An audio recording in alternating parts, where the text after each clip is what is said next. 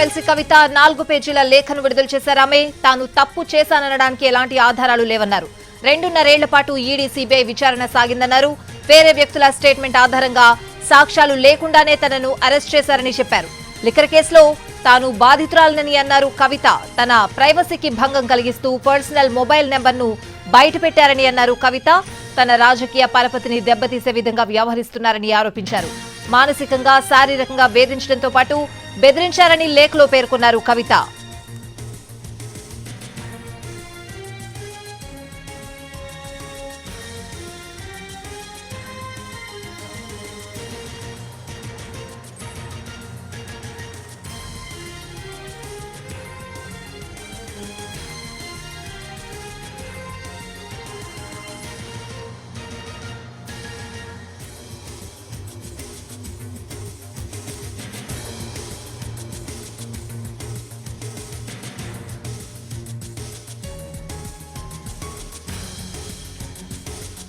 Tihar jail నుంచి లేఖ రాశారు ఎమ్మెల్సీ కవిత. 4 పేజీల లేఖను విడుదల చేశారు. ఆమె తాను తప్పు చేశాను అనడానికి ఎలాంటి ఆధారాలు లేవన్నారు.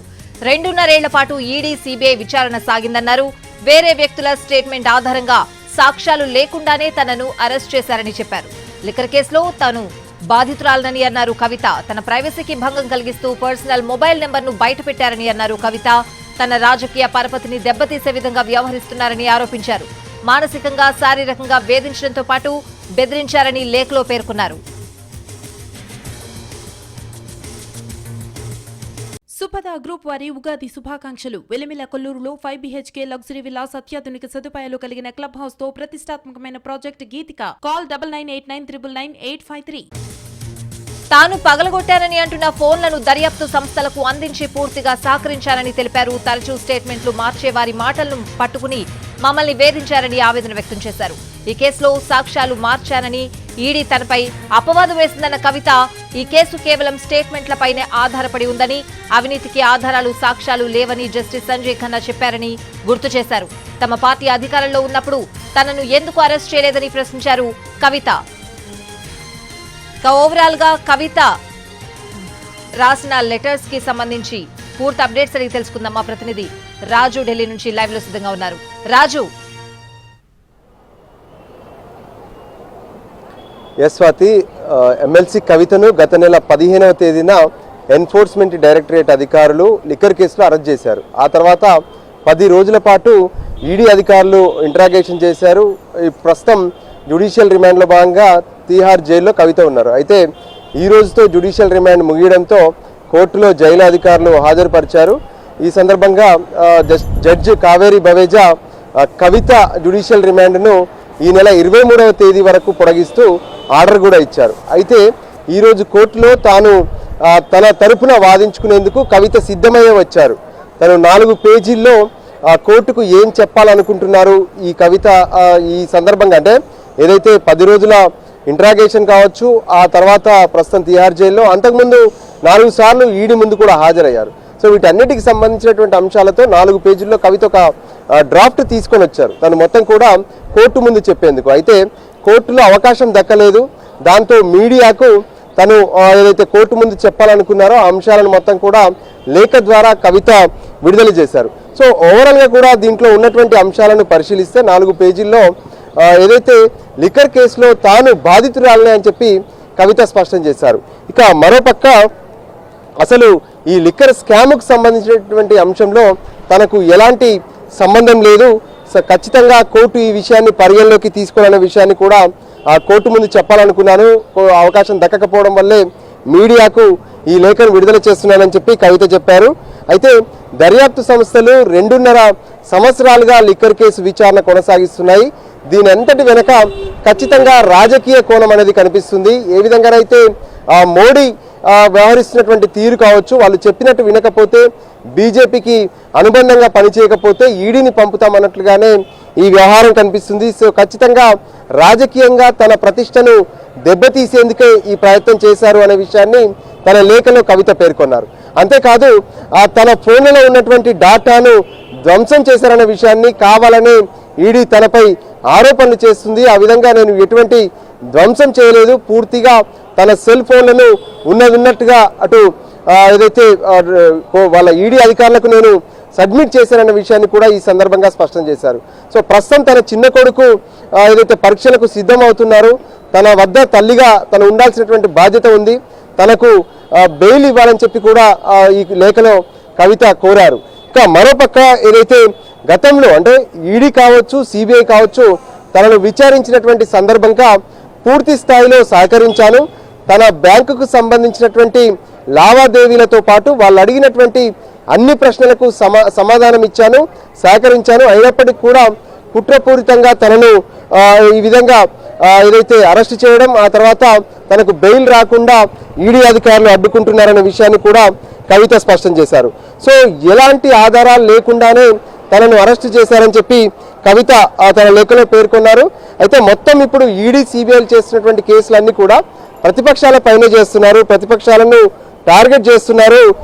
ప్రతిపక్ష నేతలు ఎవరైతే ఉన్నారో వాళ్ళు నోరు మూసుకోకపోతే ఖచ్చితంగా ఈడీని పంపుతామని చెప్పి పార్లమెంట్ సాక్షిగా బీజేపీ నేతలు గతంలో మాట్లాడారు. ఇప్పుడు అదే విషయాన్ని అమలు చేస్తున్నారు.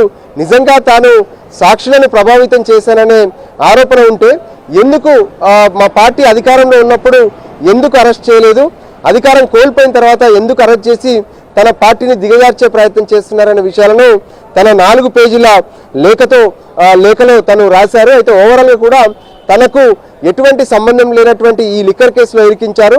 సో కోర్టులపైన నమ్మకం ఉంది, జడ్జి ఈ విషయాలన్నింటినీ కూడా తెలుసుకొని ఖచ్చితంగా తనకు బెయిల్ ఇవ్వాలనే అంశాన్ని తన లేఖ ద్వారా విడుదల చేశారు. రాజు, తరచుగా స్టేట్మెంట్లు మార్చే వారి స్టేట్మెంట్స్ ఆధారంగా అరెస్ట్ చేయడం కూడా కరెక్ట్ కాదు అన్న విధంగా కూడా లేఖ రాశారు. ఎస్, ఏదైతే ఈ కేసుకు సంబంధించినటువంటి వ్యవహారంలో అరుణ్ రామచంద్ర పిల్లై ఇచ్చినటువంటి స్టేట్మెంట్స్ కావచ్చు, సో వాటిని మార్చారు. వాటిని ఏ విధంగా అంటే ఒకసారి తను ముందు కవితకు సంబంధం ఉందన్నారు, ఆ తర్వాత కవితకు సంబంధం లేదన్నారు. బుచ్చిబాబుకు సంబంధించినటువంటి అంశం కూడా అలాగే ఉంది. ఎవరైతే ఈ కేసులో అంటే శరత్ చంద్రారెడ్డి కావచ్చు, మాగుంట రాఘవరెడ్డి కావచ్చు, వీళ్ళందరూ ఇచ్చినటువంటి స్టేట్మెంట్లను ఎలా పరిగణలోకి తీసుకుంటారు, వాళ్లకు ఈ వ్యవహారంలో తనకు ఎటువంటి సంబంధం లేదు, సో ఖచ్చితంగా తనకు కావాలనే నన్ను ఈ కేసులో ఇరికించారనే విషయాన్ని కవిత స్పష్టం చేసే ప్రయత్నం చేశారు. అయితే కోర్టులో ఈ విషయాలన్నీ కూడా చెప్పేందుకు కవితకు అవకాశం దక్కలేదు. వాస్తవానికి కవిత ముందే ఒక అప్లికేషన్ పెట్టుకోవాలి, కోర్టులో తాను తన తరపున కొన్ని వాదనలు వినిపించాలనుకుంటున్నాను, కోర్టు ముందు మాట్లాడాలనుకుంటున్న విషయాన్ని, కానీ ముందే అప్లికేషన్ పెట్టుకోకపోవడంతో కవితకు మాట్లాడే అవకాశం దక్కలేదు. దాంతో కవిత తన లేఖను విడుదల చేయాల్సి వచ్చింది. స్వాతి, రాజు, మానసికంగా శారీరకంగా కూడా నన్ను వేధిస్తున్నారు అని కూడా కవిత పేర్కొన్నారు. అంటే ఎలా చూడాలి దీన్ని? ఎస్, అంటే కవిత వర్షన్లో కనుక ఈ విషయాన్ని చూస్తే తను ఎప్పుడైతే అరెస్ట్ అయ్యారో ఆ రోజు నుంచి తను హై బీపీతో బాధపడుతున్నారు. సో అంతకుముందే తను ఈ విషయానికి సంబంధించి ఖచ్చితంగా అంటే తనకు ఈ కేసుతో సంబంధం లేదు, సంబంధం లేనటువంటి కేసులో నన్ను ఇరికించడం వల్ల మానసికంగా ఒకవైపు బాధపడుతుంటే, మరోపక్క ఇప్పుడు ఒక నేతగా తను ఉన్నటువంటి పరపతి కావచ్చు, వీటన్నిటి పరిస్థితుల్లో ఒక మాజీ ముఖ్యమంత్రి కూతురుగా ఉన్నటువంటి కవిత ఈరోజు తీహార్ జైల్లో ఉండాల్సి వస్తుంది. సో తీహార్ జైల్లో ఉండడం అంటే అంత ఈజీ కూడా కాదు. జైలుకు వెళ్ళినటువంటి ఒక నేతగా చూసేటటువంటి సమయంలో మానసికంగా శారీరకంగా కూడా సో ఖచ్చితంగా అక్కడ ఇబ్బందులు పడాల్సి వస్తుంది. సో ఈ విషయాలన్నింటినీ కూడా తను కోర్టుకు చెప్పాలనుకున్నారు. అందుకోసమే తన బాధలను కావచ్చు, తన ఆవేదన రూపంలో ఈ విషయాలన్నింటినీ 4 పేజీల లేఖ ద్వారా బయటికి చెప్పే ప్రయత్నం చేశారు. స్వాతి, ఒకవైపు మొత్తం ఈ లావాదేవీలన్నీ కవిత చుట్టూనే ఉన్నాయి, తనే సూత్రధారి అని చెప్పి ఈడీ వాదిస్తోంది. ఇంకోవైపు కవిత ఏమో నేను ఎట్లాంటి లబ్ధి పొందలేదు అని కూడా ఆమె పేర్కొన్నారు. సో ఈ స్టేట్మెంట్ని ఎలా చూడాలి? సో ఈ లిక్కర్ కేసుకు సంబంధించినటువంటి వ్యవహారంలో కవిత పైన ఈడీ చేస్తున్నటువంటి ఆరోపణలు కొన్ని స్పష్టంగా ఉన్నాయి. అంటే సౌత్ గ్రూప్ ఏదైతే ఉందో, సౌత్ గ్రూప్ మొత్తం కూడా కవిత కనుసన్నల్లోనే ఫార్మేషన్ అయింది. అంటే ఎవరెవరు ఈ సౌత్ గ్రూప్లో ఉండాలి, ఏ విధంగా ఢిల్లీలో ఉన్నటువంటి మద్యం కంపెనీల్లో భాగస్వామ్యం కావాలి, అంతేకాదు ఆమ్ ఆద్మీ పార్టీకి 100 కోట్ల రూపాయలు చేరవేసినటువంటి అంశం కావచ్చు, దీంట్లో కవితనే ప్రముఖంగా ఉన్నారు. కవిత ఆలోచన మేరకే ఇదంతా జరిగింది. అంతేకాదు ఏదైతే ఢిల్లీలో నూతన మద్యం పాలసీ డాక్యుమెంట్స్ అంటే వాటిని రెడీ చేస్తున్నటువంటి క్రమంలో కూడా కవితకు అటు ఢిల్లీ ముఖ్యమంత్రి కేజ్రీవాల్ వీళ్ళందరూ కూడా ముందే మాట్లాడుకున్నారు. సౌత్ గ్రూప్కు అనుకూలంగానే ఎక్సైజ్ పాలసీలో సైతం కొన్ని నిబంధనలు చేర్చారనే విషయాన్ని ఈడీ ఆరోపిస్తుంది. కానీ కవిత వర్షన్లో మాత్రం అసలు ఈ కేసుకు లిక్కర్ స్కామ్కి సంబంధించినటువంటి వ్యవహారంలో తనకు అసలు సంబంధం లేదు, సో కావాలనే ఇరికించారనే విషయాన్ని సో కవిత చెప్తున్నారు. సో ఈ రెండింటికి సంబంధించినటువంటి అంశాల్లో ఈడీ మాత్రం ఏదైతే హవాలా రూపంలో తరలించినటువంటి 100 కోట్ల రూపాయలు ఎలా తరలించారు ఏంటి అనే దానిపైన తమ వద్ద ఆధారాలు ఉన్నాయి, దానికి సంబంధించినటువంటి సాక్ష్యాలు ఉన్నాయి, వీటన్నిటిని కూడా పరిగణలోకి తీసుకోవాలనే అంశాన్ని కోర్టు ముందు చెప్తూ వస్తున్నారు. సో ఈడీ చెప్తున్నటువంటి వాదనలు కావచ్చు, ఇప్పుడు కవిత ఇంతకాలం కవిత ఎప్పుడు కూడా ఈ పూర్తి స్థాయిలో తన సమాచారాన్ని బయటికి చెప్పే ప్రయత్నం చేయలేదు.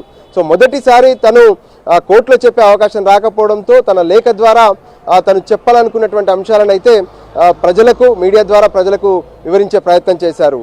Swathi. Right Raju, thanks for the